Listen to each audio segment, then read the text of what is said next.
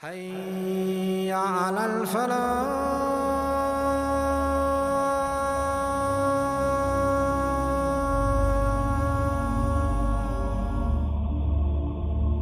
Qarun, he was from the nation of Musa alayhi salam. That he is from Bani Israel, he is from the children of Israel. But Allah subhanahu wa ta'ala, he says, he became a transgressor and a tyrant against all the people of Bani Israel. And he was one of the most transgressed people during the time of Musa alayhi salam. You see, Pharaoh is in charge, and the Israelites, the Banu Israel, they are slaves. They are being held in a ghetto population, and they are being controlled, and they're being beaten, and they're being abused for labor, and they're being horribly mistreated. When you treat people like this for a long period of time, there's a danger that they might rebel. Pharaoh was afraid that there might be an uprising. So one of the ways that Pharaoh wanted to control the people is he had what you can call in easy language sellouts. He had certain people from Banu Israel that he paid good money, and they would keep an eye on the Israelites and what they're talking about, or if anybody's getting out of line, so he could report back. He made a lot of money as a result. So you can imagine this guy has vaults that even the keys that he had, or these opening latches that he had, it would take a bunch of strong men to grab it, and even they would get exhausted after even trying to open it once. Meaning extremely secure, and if the lock is that big, and if the vault is that big, then what is inside you can even imagine. And he doesn't have one, he has a number of those. When he has his security guards come and open the vault, the rest of the community can see. And the rest of the community is Banu Israel, he lives among them. But he's the only billionaire among a bunch of bankrupt people. Everybody else is living like slaves, and this guy is living like a billionaire. And he's got his nice ride, he's got his nice house, and he's got these vaults everywhere that nobody can open. And as it opens little by little, he sees his coins inside and all this stuff, and his face lights up, and people see the look on his face when he's looking at his money, and that's when they say to him, listen, don't be happy over you acquiring unlawful means. Don't be happy over your tyranny. Don't be happy over your aggression. Don't be happy over your oppression. Don't be happy over your extortion. Don't be happy over doing something wrong. Allah does not love those who are happy through unlawful means. And prepare yourself for the hereafter. Don't only focus on this world and what you're going to acquire in this world. Focus on what Allah subhanahu wa ta'ala had prepared for you in the hereafter. You don't live in this world forever, but there is also a second world, but more importantly the hereafter. look, if you're the most prominent member of our community, everybody knows Qarun. If you're not balanced, every one of us is going to want to be like you. Oh, if only we had what Qarun has. Most people were actually obsessed with him. They wished they lived that lifestyle.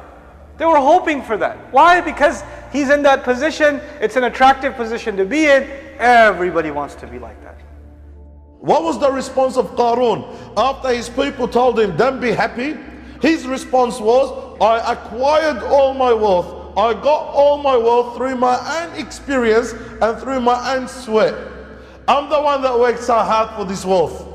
I'm the one that put effort into this wealth. All these things that you are saying to me, I don't care about them. I don't want to listen to them. Everything that you see, all my wealth, all this I've worked so hard for them.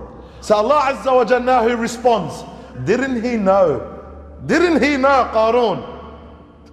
Didn't he know before he made this remark that Allah subhanahu wa ta'ala had destroyed before him many nations who were a lot more richer than him, who were a lot more stronger than him, who were a lot more stable than him? So what he did, he gathered his people, he gathered his workers, he gathered his slaves, and then he started to parade. He started to march in the middle of the street with his people surrounding him, carrying his wealth. Hundreds of people carrying his wealth. And he had his horses. He was riding his own horse and mount, riding horses that were all clothed with gold. And he was clothed himself with gold. So people saw that parade. So the people who had weakness in their hearts, or they were attached to this world, when they saw Qarun and the adornments of Qarun and the wealth of Qarun and Qarun marching with his wealth, they said, we wish and we long for to be as wealthy as Qarun. Qarun has been given a great fortune. Qarun is a very fortunate person. Qarun is a very happy person. Qarun is a very lucky person. We wish we are like him. We wish we had wealth like him. We wish we had all this adornment like him. But then Allah Azza wa Jal talks about the other group of people. Those who had iman, those who had piety, those who had righteousness, those who had knowledge of the Torah. They responded and replied to those who longed for and wished that they had the wealth of Qarun. They said to them, the rewards of Allah subhanahu wa ta'ala is by far better than what Qarun has. And believing in Allah and doing righteous actions is by far a lot more dearer and beloved to Allah Azza wa Jal, and better for you in this world and the hereafter than all this wealth of Qarun put together. It is only those who are patient will be granted this reward. So what did Allah do? Now Allah subhanahu wa ta'ala shows His power. Now Allah subhanahu wa ta'ala shows His strength. Now Allah subhanahu wa ta'ala shows His magnificence. Everyone is gathered together. Everyone had assembled around Qarun and his wealth and his palaces and his jewelry and gems and gold and silver and his employees and slaves and horses and cattle and everything that he's got. Everyone is watching. Wow, this man is so wealthy. This man is so rich. I wish I'm like him. At that moment, Allah Azza wa Jal caused the earth to swallow him and his wealth and his palaces and houses while everyone is watching everything. What did his wealth do to him? What did his wealth benefit him at that time? What would all his wealth and all the wealth of this world put together benefit Qarun when Allah subhanahu wa ta'ala wanted the ground and the earth to swallow him?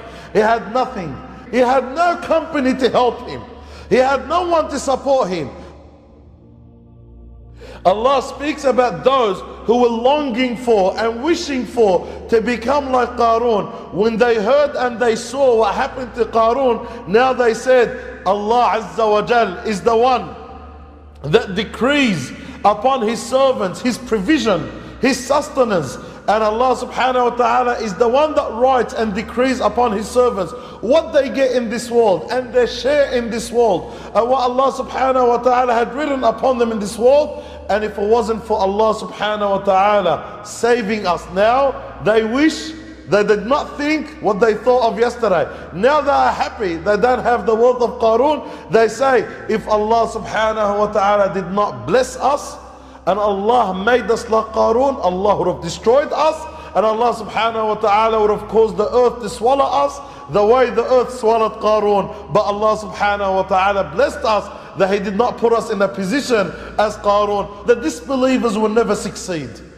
The good outcome will always be to those who are mindful of Allah, those who obey Allah and follow the commands of Allah, are those that Allah Azza wa Jal will give them happiness in this world and happiness in the hereafter. So Allah Azza wa Jal says that indeed we sent Musa with our verses to Fir'aun, to Haman and to Qarun. To Fir'aun, who is the pharaoh during the time of Musa alayhi salam. Haman was one of the main ministers and advisors to Pharaoh, and Qarun, who was also a minister to Fir'aun, to the Pharaoh at the time of Musa alayhi salam. So their response was towards Musa alayhi salam that they said Musa is a liar, a deceiver, a magician. Look at Qarun. All the wealth that Qarun had, all the money that Qarun had, all the prestige and fame that Qarun had, this did not even help him in this world, nor that will help him in the hereafter.